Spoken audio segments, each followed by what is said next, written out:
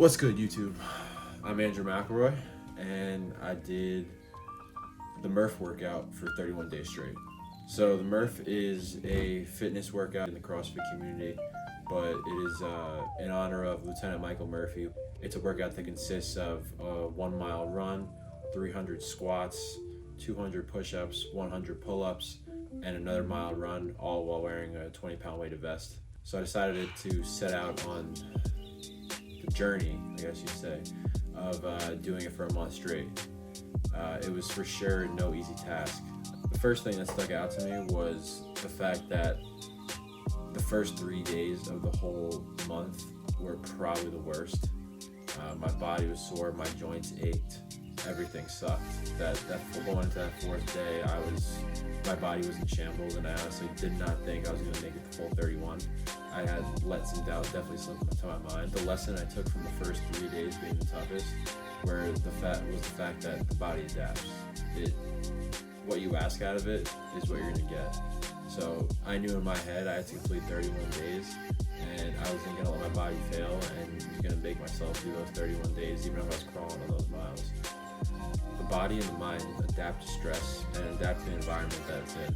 If you challenge yourself and you put your body and your mind in challenging environments, you're going to find out what you're actually made out of. Throughout the process, I tried to focus on one day at a time, really. When you look at the whole month, 31 days, it's something that is kind of intimidating, and it's something that I kind of let psych me out in the beginning, because I was only on day 3 or 4 and my body was in shambles, and I'm like, oh my god, I'm not even a quarter of the way there. How am I going to do this? That's when I made the mindset shift of, all right, instead of focusing on the future, what is in our control right now? We can control how we do this workout today. We only have one workout today, we'll worry about the other one tomorrow. And I broke it down into one set at a time, one rep at a time, so I knew that my body could do one more push-up or run one more mile or do one more set of squats. So when I broke it down like that, it was way more manageable. So another thing that I did was I didn't wear headphones at all throughout the whole process of completing the 31 workouts. It's honestly something that I hated in the beginning, because I'm so used to listening to music or listening to podcasts when I'm running or working out. But once I kind of got over that initial suck factor, I kind of enjoyed it. It was just me and my thoughts, and it allowed me to kind of work through some things that I hadn't thought of or I hadn't been able to work through prior. Not wearing headphones also allowed me to really focus on how I was talking to myself and making sure that it was in a positive light. Another thing that I found extremely important in this journey was my recovery. Without recovering properly, you could definitely feel the days when you didn't do your stretches after you did a workout, or you didn't cool down properly, or you didn't use the massage gun. So if you're gonna go out and do something like this, or even in general, just to stay away from injuries and keep yourself safe, make sure you focus on that recovery, because it's an extremely important part of the process. Another huge thing that this process taught me was that ultimately you're the one that has control over the final outcomes. You can't control the weather, you can't control the traffic on the roads, you can't control a ton of things, but you can control what goes on in here.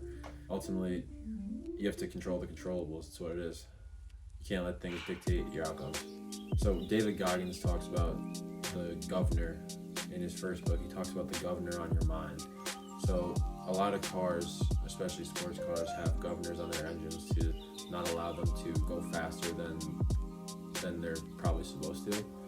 And Goggins says that humans have governors on their mind, and that we only think that we can do 40% of what we're actually capable of doing. I was under 35 minutes for that workout. Really broke the governor off my mind, because after that, even when I felt like I was going slow, I was still hitting 39-minute workouts. So it's one of those things where once you show yourself that it can be done and you can do it,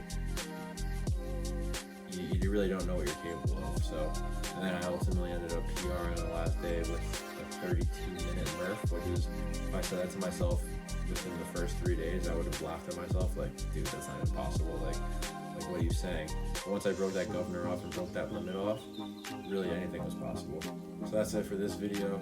I appreciate y'all tuning in. Murph for a month was awesome, a lot of fun. have some good challenges and more videos throughout the year. So